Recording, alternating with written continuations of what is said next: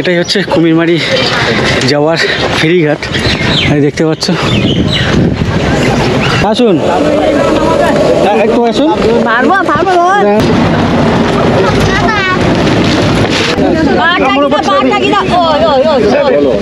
এদিকের মানুষের কিন্তু অনেক কষ্ট, তার সাথে সাথে অনেক দুশ্চিন্তার মধ্যে থাকতে হয়। কতজন আছেন এখানে? আমরা 130 জন আছি এর মধ্যেই। এই গায়ে লাগাই না জানা, ধাক্কা লাগবে। এখানে তো গ্রামে কোনো কাজ নেই, আচ্ছা, ওখানে গেঞ্জি ফ্যাক্টরিতে কাজ করি। তো আমাদের গন্তব্য বড় মোল্লাখালী ঘাট, এখানে চলে এসেছি। আর তোমরা দেখতে পাচ্ছ এইটি মোল্লাখালী, ওইটা আমতলী। এটা ছোট মোল্লাখালী ঘাট, ওপরে হচ্ছে আমতলী ঘাট। এই নৌকোতে আপাতত 8 থেকে 9 জন প্যাসেঞ্জার। জানি না এই নৌকোর যে তেলটা পুড়বে সেই তেলের খরচা উঠবে কিনা।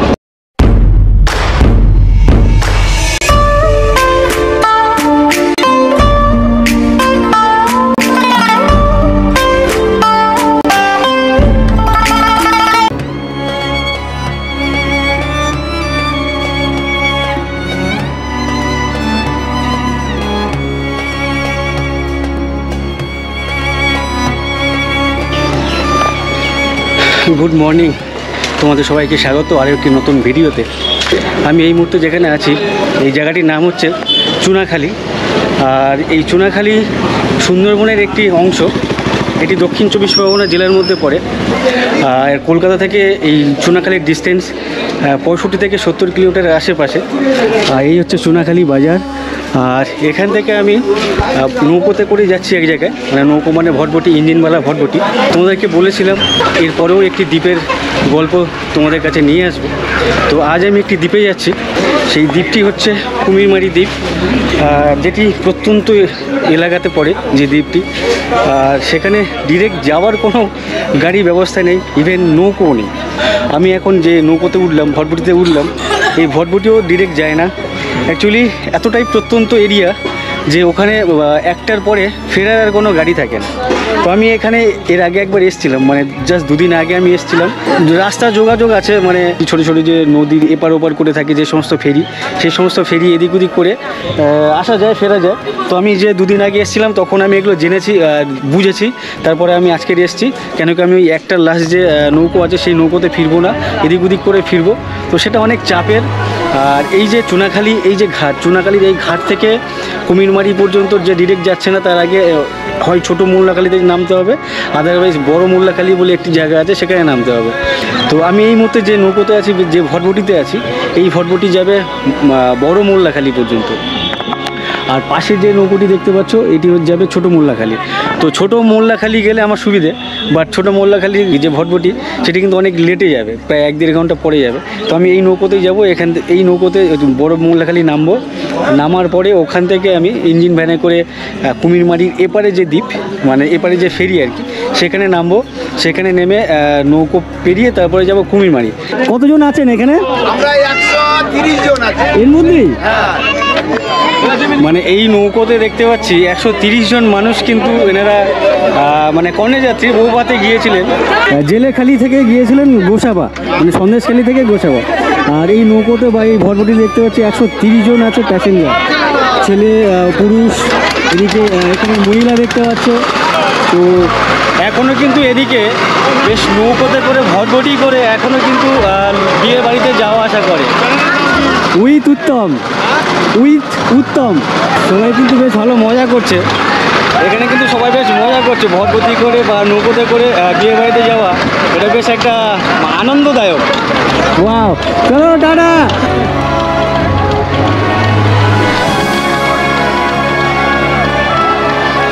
তো আজ আমি যাচ্ছি কুমিরমারি দ্বীপে। কুমিরমারি হচ্ছে একেবারে আমাদের সুন্দরবনের শেষ প্রান্ত বা দেশেরও শেষ প্রান্ত বলা যায়। কুমিরমারি যে দ্বীপ, তার ওপারে যে জঙ্গল আছে মরিচঝাপি, সেই মরিচঝাপির ওপারেই হচ্ছে বাংলাদেশ। তো আমি যাচ্ছি সেই কুমিরমারি দ্বীপে। এই কুমিরমারি দ্বীপের কিছু মানুষের সাথে কথা বলবো, তাদের জীবন জীবিকা সম্পর্কে জানবো, আমি নিজে জানবো এবং তোমাদেরকে জানাবো। তো ভিডিওটি স্কিপ না করে কন্টিনিউ করতে থেকো, অবশ্যই তোমাদের ভালো লাগবে, তো সঙ্গে থাকো। এই চুনাখালীর ঘাট থেকে বড় মোল্লাখালী যে ঘাট সময় লাগবে 1.5 ঘন্টা। বড় মোল্লাখালীতে নেমে ওখান থেকে আবার ভ্যানে করে ছোটো মোল্লাখালী যেতে হবে, সেখান থেকে আবার নৌকো ধরতে হবে। তো সেখান থেকে নৌকোতে কতক্ষণ লাগবে? ছোটো মোল্লাখালী ওখানেও 1.5 ঘন্টা, ওখানেও 1.5 ঘন্টা। শহর থেকে কুমিরমারি যেতে গেলে অনেক সমস্যার মধ্যে পড়তে হয়, অনেক সময়ের ব্যাপার। 4 থেকে 4.5 ঘন্টা লেগে যায় ক্যানিংয়ের চুনাখালী থেকে। আর এছাড়াও আরও একটি রাস্তা আছে ধামাখালী, তোমরা অনেকের নাম শুনে থাকবে, ধামাখালী থেকেও যাওয়া যায়, সেখান থেকেও কিন্তু অনেক সময় লাগে, ওরকমই 4-4.5 ঘন্টা। কলকাতা থেকে ধরলে তো সেটা প্রায় 6 থেকে 7 ঘন্টা। এই যে নৌকোতে আমি আছি, যে ভটভটিতে আমি আছি দেখতে পাচ্ছি, এই নৌকোতে কিন্তু বেশি প্যাসেঞ্জার নেই। ওপরে বেশ কয়েকজন দেখতে পাচ্ছি, আর ভেতরে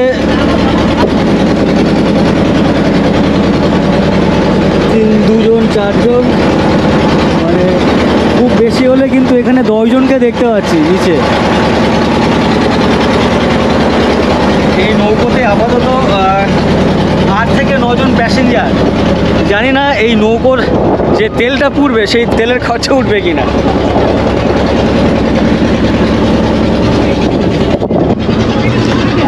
বলছি ভাই, এই যে এত অল্প প্যাসেঞ্জার, তেল খরচা উঠবে? উঠে যাবে? মাঝখানে আর কেউ প্যাসেঞ্জার ওঠে?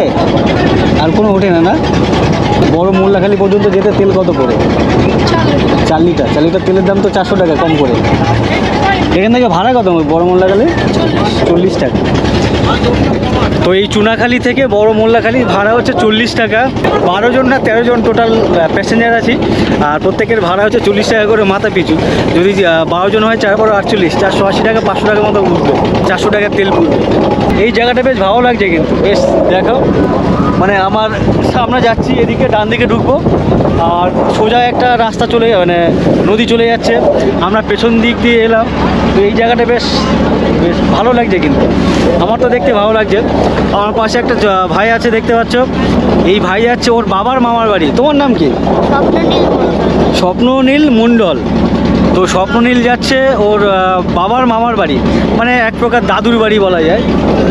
তো আমার পেছনে যে ঘাটটি দেখতে পাচ্ছ, এই ঘাটটি হচ্ছে গাবেরিয়া ঘাট।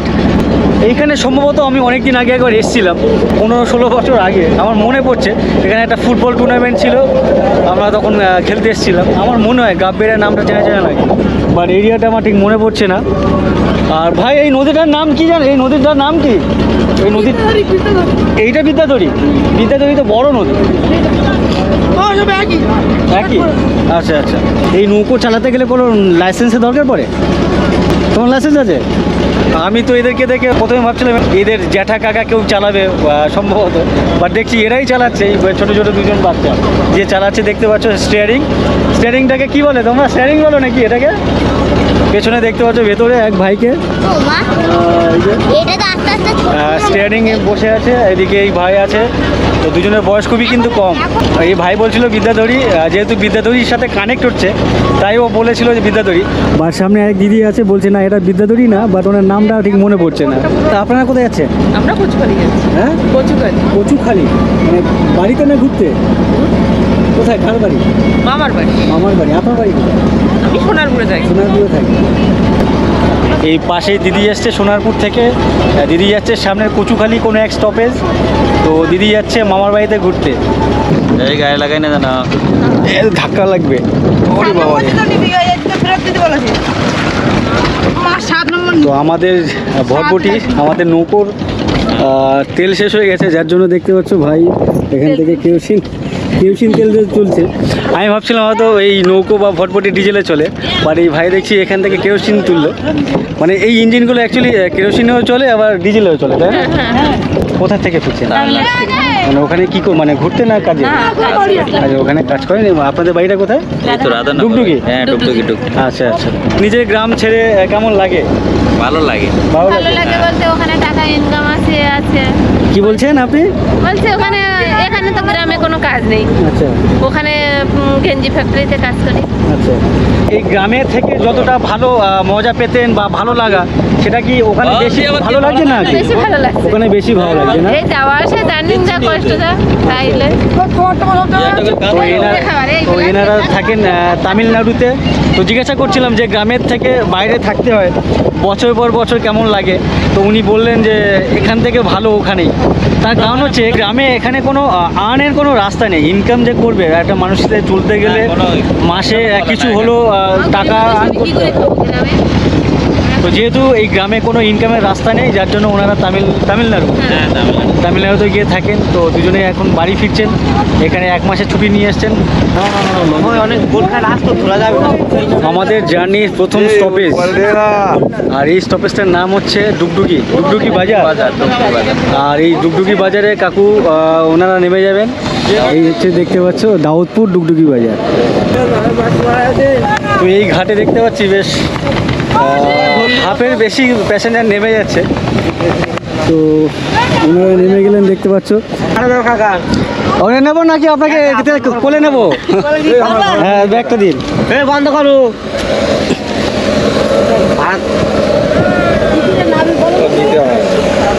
আসুন একটু আসুন।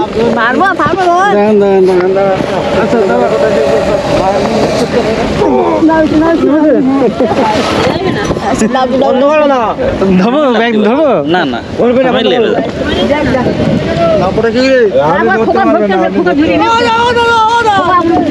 যাবো। দিন লাঠিটা দিন। না পড়ে কি গেছে? দাঁড়ান ধরুন। আসুন একটু আসুন। দেখি ধরো তো একটু। আসুন একটু আসুন। একটু আসুন।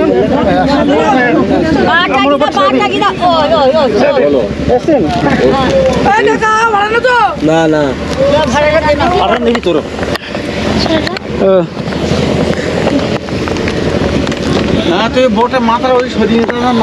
এখানের যে দেখতে পাচ্ছ ঘাটের সাথে আর মাটি যে চর আছে, আর ঘাটের থেকে বেশ অনেকটা ডিস্টেন্সে, যার জন্য এখানে নামতে অসুবিধা হচ্ছে দেখতে পাচ্ছি। হ্যাঁ ঠিক আছে, ভালো থাকবেন। এই ডুগডুগি বাজারের থেকে বড় মোল্লাখালী পর্যন্ত এর মাঝখানে আরও 3টে ঘাট আছে। সেই 3টে ঘাটে আমাদের নৌকো দাঁড়াবে। যদি প্যাসেঞ্জার থাকে ওঠার তাহলে দাঁড়াবে, আর নাহলে তো দাঁড়াবে না, চলে যাবে, বেরিয়ে যাবে। আমাদের সাথে এক চাচা আছেন, উনি চুনাখালী থেকে উঠেছেন এই নৌকোতে। উনি যাচ্ছেন বড় মোল্লাখালী ওনার মেয়ের বাড়ি ঘুরতে না কোনো অনুষ্ঠান আছে? কিসের অনুষ্ঠান? হ্যাঁ আচ্ছা, মিলাদ সভা আছে মেয়ের বাড়ির থেকে না পাড়াতে? পাড়াতে। তো ওনার মেয়ের বাড়ি হচ্ছে বড় মোল্লাখালী। ওখানে মিলাদের একটা অনুষ্ঠানের আয়োজন করেছে পাড়ার লোকজন। তো সেই মিলাতে উনি যাচ্ছেন, ওনাকে দাওয়াত দিয়েছে, তাই তো? এখানে দেখতে পাচ্ছি এই ধরনের নৌকোতে আমরা যখন চুনোখালী থেকে আমাদের নৌকো ছেড়েছিল, বেশ কিছু মালামাল আর কি এই নৌকোতে তুলে দিয়েছিল।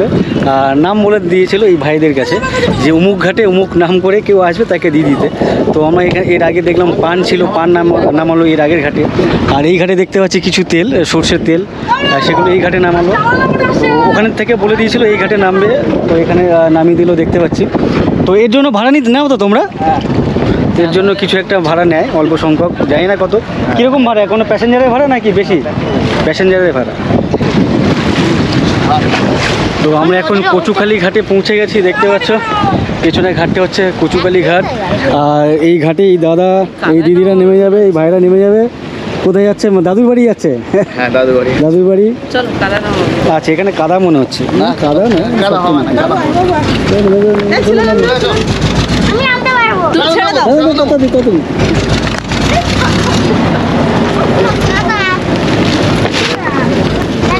না, টাটা। তো ওই দাদা দিদিরা নেমে গেল এই কচুখালী ঘাটে।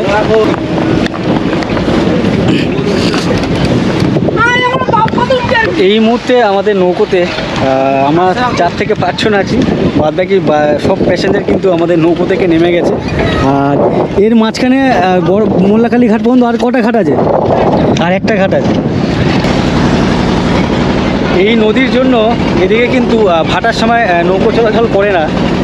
কারণটা বুঝতে পারছো, এখন কিন্তু জোয়ার আছে, জোয়ারে এতটুকু নদী, যখন ভাটা হয়ে যাবে মানে জাস্ট একটা নৌকোও যাবে না। এটা তো ইঞ্জিন আছে বেশ বড় সড়ো, এটাকে লঞ্চ বলে। মানে যে ছোটো ছোটো নৌকোগুলো ভাটা হয়ে গেলে সেই নৌকো চলাচলের করা খুব চাপের হয়ে যায়, সম্ভবত একটার পরে ভাটা পড়ে যায়, তার জন্য এখানে নৌকো চলাচল করে না। আর এর জন্য এই দ্বীপের মানুষ বা এদিককার মানুষের অনেক দুর্দশা যে সময় মতো ভটভটি বা নৌকো পাওয়া যায় না, বা একটার পরে এদিক থেকে শহরের দিকে আর কোনো যাওয়ার কোনো রাস্তা নেই, একমাত্র এই দ্বীপ ওই দ্বীপ করে অনেক খরচা করে যেতে হয়। গ্রামের মানুষের পক্ষে অনেক ব্যয়বহুল হয়ে যায়। তো এদিকের মানুষের কিন্তু অনেক কষ্ট, তার সাথে সাথে চিন্তা, অনেক দুশ্চিন্তার মধ্যে থাকতে হয়।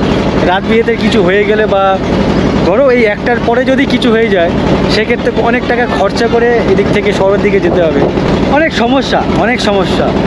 তো এখানে দেখতে পাচ্ছি দুটো ঘাট আছে, ডান দিকে হচ্ছে কচুখালি ঘাট আর বাঁ দিকে হচ্ছে বড় মোল্লাখালী ঘাট। আর আমি যাব যেহেতু কুমিরমারি, তো কুমিরমারি যেতে গেলে এই বড় মোল্লাখালী এই সামনের ঘাটে নামতে হবে। এই ঘাটে নেমে এখান থেকে ভ্যানে করে আমাকে যেতে হবে ছোট মোল্লাখালীর যে ফেরিঘাট, সেই ঘাটে। তো কতক্ষণ লাগে এখান থেকে? 15 মিনিট লাগে। 15 মিনিট এখানে। তো আমাদের গন্তব্য বড় মোল্লাখালী ঘাট, এখানে চলে এসেছি। আর তোমরা দেখতে পাচ্ছ এই বড় মোল্লাখালী থেকে চুনোখালীর উদ্দেশ্যে নেমে যায়। এই বড় মোল্লাখালী থেকে চুনোখালীর উদ্দেশ্যে যে লাস্ট লঞ্চ ছেড়ে যাবে সেটি হচ্ছে 2:30, আর ওই লঞ্চটি ছোট মোল্লাখালী থেকে ছেড়ে আসবে, সেটির সময় হচ্ছে 1টার সময়। আর এখন যে পাশে এই লঞ্চটি দেখতে পাচ্ছ এটি যাচ্ছে চুনোখালীর উদ্দেশ্যে। আর এখন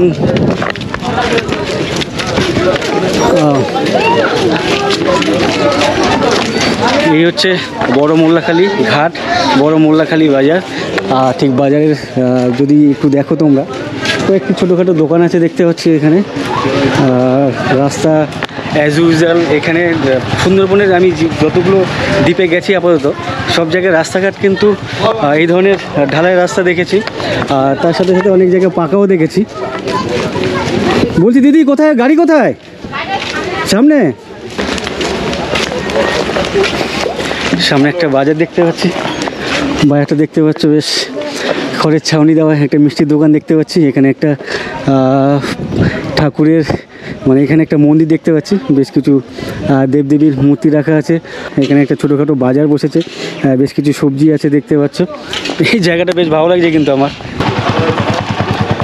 ঘাট থেকে নামার পর ডান দিকে ঘুরে বেশ কিছুটা হেঁটে আসার পরে ইঞ্জিনওয়ালা যে ভ্যান দেখতে পাচ্ছি, এই ভ্যানে করে যেতে হবে ছোট মোল্লাখালীর উদ্দেশ্যে। কে যাবে ছোট মোল্লাখালী? ভাড়া কত দাদা? 30 টাকা। তো এখান থেকে ডিস্টেন্স কতটা? এখান থেকে 7.5 কিলোমিটার। তো এখান থেকে বড় মোল্লাখালী থেকে ছোট মোল্লাখালীর ডিস্টেন্স 7.5 কিলোমিটার, ভাড়া হচ্ছে 30 টাকা। তো আমাদের ভ্যান ছেড়ে দিল, তো দেখি কতক্ষণে পৌঁছয়। আর এদিকে দেখতে পাচ্ছি 4-5 হয়ে গেলে কিন্তু ভ্যান ছেড়ে দিচ্ছে। অন্যান্য জায়গায় মোটামুটি 8-10 না হলে কিন্তু ভ্যান ছাড়তো না, বাট এখানে কিন্তু 4-5 জনের ভ্যান ছেড়ে দিয়েছে। তো ছোটো মোল্লাখালী পৌঁছে তোমাদের সাথে কথা বলছে, সঙ্গে থাকো।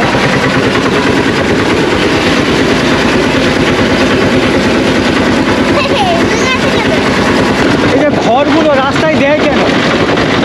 রেখে দিয়েছে গরু আসে খাবে না, না এই যে রাস্তার মধ্যে দেখছি পেতে দিয়েছে, ওগুলো ধান আছে, ধানগুলো পড়ে যাওয়া। আচ্ছা আচ্ছা, ওতে ধান আছে, সেগুলো যাতে ধরে পড়ে, ধরে পড়লে পরে নেওয়া অসুবিধা হবে ওই জন্য। আচ্ছা, আগে গরু ছিল, গরুতে মলন দেওয়া হতো, এখন গরু নেই তো। আচ্ছা, এখন এইভাবে ধানটা মলে নেওয়া হয়।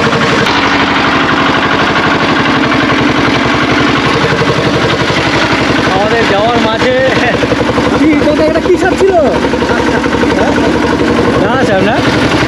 তো এই সাপটি ছিল দাঁড়া সাপ, আমাদের সামনে আর কি রাস্তা ক্রস করলো, বেশ হেলতে দুলতে গেল, বেশ দেখতে ভালো লাগে। এগুলো গ্রামে থাকলে এই ধরনের দৃশ্য আকছা দেখা যায়, প্রায়শই দেখা যায়। আমরা আমাদের গন্তব্যে চলে এসেছি, মানে ছোটো মোল্লাখালী বাজার এটি। এখান থেকে ঘাটটা সামনে, এটাই হচ্ছে ছোট মোল্লাখালী বাজার। বাজারটা দেখতে পাচ্ছ, বেশ পেছন দিয়ে লাইন দিয়ে দোকানপাট আছে, এবং সামনে কয়েকটা দোকান দেখতে পাচ্ছি। বড় মোল্লাখালী যে ঘাট থেকে আমরা ইঞ্জিন ভ্যানে এসেছি, 15 থেকে 20 মিনিট লাগলো আমাদের ছোটো মোল্লাখালি আসতে। আর এটাই হচ্ছে ছোটো মোল্লাখালি বাজার। ঘাটটা কোন দিকে দাদা? ঘাট এদিকে না দিকে? আচ্ছা এদিকে। আমার পেছনে হচ্ছে বাজার দেখতে পাচ্ছ বেশ এমনটা, ছোটো মোল্লাখালি বাজার। আর ঘাট হচ্ছে ঠিক উল্টো দিকেই দেখতে পাচ্ছ এদিকে। আর নদীটাকে ক্রস করলেই কিন্তু ওপারে কুমিরমারি, একেবারে এই কুমিরমারি দ্বীপটি হচ্ছে একেবারে ভারতবর্ষের ম্যাপের এন্ডে আর কি, জাস্ট ওপারেই বাংলাদেশ শুরু। তো সেখানেই আমি যাচ্ছি। বড় মোল্লাখালি পর্যন্ত যে নদীতে এলাম সেই নদীর যেমন সাইজ এখানকার নদীও দেখতে পাচ্ছি ঠিক তেমনটাই, ছোটোখাটো, মানে বড় সড়ো না। এখানে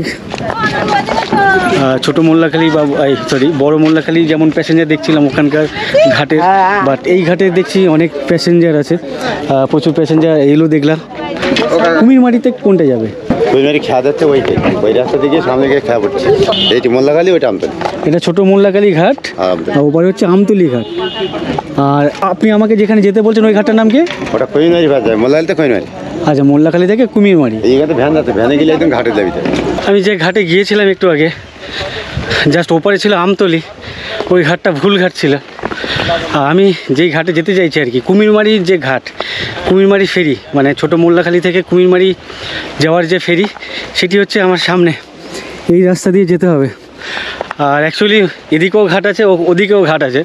তো আমি জিজ্ঞাসা করলাম ঘাট কোন দিকে, আমাকে সবাই ওই ছোটো মোল্লাখালি থেকে আমতলি যাওয়ার যে ঘাট সেটা দেখিয়ে দিয়েছে।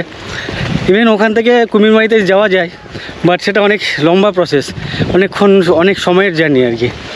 তো আমার ওদিকে ওই জিজ্ঞাসাবাদ করতে করতে দেরি হয়ে গেছে। তো যে ভ্যান স্ট্যান্ড ছিল সেই স্ট্যান্ডে আসার পরে দেখছি, আমি দূর থেকে দেখলাম গাড়ি ভ্যান চলে যাচ্ছে, হাত দেখালাম দেখতে পাইনি সম্ভবত। তো অনেকটা রাস্তা কিন্তু আমাকে হেঁটে যেতে হচ্ছে। আর রাস্তাটা ঠিক এমনটা দেখতে পাচ্ছে, কুমিরমারি ওপারে না? এটাই হচ্ছে কুমিরমারি যাওয়ার ফেরিঘাট, দেখতে পাচ্ছ। আমার পা ব্যথা করছে এতটা হেঁটে, মানে জোরে জোরে দৌড়েছি আর কি প্রায় রীতিমতো। তো এই হচ্ছে ছোটো মোল্লাখালি ঘাট। তো আমাদের যে গন্তব্য কুমিরমারি দ্বীপ বা কুমিরমারি, সেটি প্রায় জাস্ট এই নদীটার ওপারে দেখতে পাচ্ছি। আর কয়েক মিনিটের ব্যবধানে আমরা আমাদের গন্তব্যে পৌঁছতে পারবো। তো অবশ্য সঙ্গে থাকো, স্কিপ না করে কন্টিনিউ করো। সম্ভবত এই ফেরি যাবে ওপারে, এই ফেরি যাবে না ওপারে। আমার পেছনে ওপারে যাওয়ার ফেরি চলে এসে দেখতে পাচ্ছ। আর ফেরিতে কিন্তু পুরো প্যাসেঞ্জার প্যাকড আপ দেখতে পাচ্ছি। মানে এতক্ষণ যে সমস্ত নৌকোতে এলাম বা ফেরি এপার ওপার করলাম, সেই সমস্ত ফেরিতে কিন্তু তেমন কিছু প্যাসেঞ্জার ছিল না আর কি, হাতে গোনা 10-12 জন 15 জন। বাট এই যে ফেরিটা দেখতে পাচ্ছি, এই ফেরিতে না হলে 40-50-এর উপরে কিন্তু মানুষজন, যারা ওপার থেকে, মানে কুমিরমারি যে ঘাট জাস্ট নদীর ওপারে, ওই ঘাট থেকে সবাই কিন্তু এই নৌকো করে বা এই ফেরিতে করে এই ছোটো মোল্লাখালিতে এলেন। এখান থেকে যে যার কাজে যাচ্ছে, স্কুল কলেজ, সম্ভবত কেউ কারো রিলেটিভের বাড়িতে যাচ্ছে, ঘুরতে যাচ্ছে, বাজারে যাচ্ছে। ওপারে বাজার, যে ছোটো মোল্লাখালি যে বাজার, এই বাজারটা কিন্তু এই এরিয়ার সবথেকে বড় বাজার, সেটা আমি বুঝলাম বা দেখলাম। তো এখানে দেখতে পাচ্ছি বেশ প্রচুর প্যাসেঞ্জার এখানে আছে। ভাড়া কত দাদা এপার থেকে ওপার? 3 টাকা। এদিকে সমস্ত মানে ফেরিতে 3 টাকা করে দেখি, মানে এর থেকে ছোট নদী হলো 3 টাকা, এত বড় নদী দেখতে পাচ্ছ, বেশ বড় সড়ো একটা নদী, জাস্ট এপার ওপার করে দিচ্ছে, তাতেও 3 টাকা। বেশ অনেক সস্তা কিন্তু। আমাদের নৌকো ছেড়ে দিল। আর এই নৌকোতে দেখতে পাচ্ছি সাইকেল, ওদিকে 2 চাকা মানে মোটর সাইকেল আছে, সাইকেল মোটর সাইকেল সবই কিন্তু পারাপার হয়ে থাকে এই ধরনের যে ফেরিগুলো আর কি। তো ইভেন আমি যতগুলো নদী দেখলাম, যতগুলো খেয়া দেখলাম, ফেরি দেখলাম, সব ফেরিতেই কিন্তু এই সাইকেল বা মোটর সাইকেল সবই কিন্তু পারাপার করছে মানুষের সাথে সাথে। এই ফেরিতে কিন্তু বেশ অনেকজন মানুষ আছে যারা এবার থেকে ওপার যাওয়া আসা করছে। বিশেষ করে এখন যেহেতু স্কুল টাইম, মানে অফিস আওয়ার যেটাকে বলে আর কি, তো এই অফিস আওয়ারে কিন্তু প্রচুর লোক ওপার থেকে এপারে আসছে, এপার থেকে ওপারে যাচ্ছে। যার জন্য প্রত্যেকটা নৌকো কিন্তু মানে যতবারই আসছে যাচ্ছে, ততবারই কিন্তু প্রচুর মানুষ নিয়ে আসছে, নিয়ে যাচ্ছে। এই মুহূর্তে আমাদের নৌকোর হাল দেখতে পাচ্ছি এখন, আর আমরা যাচ্ছি এখন ওপারে।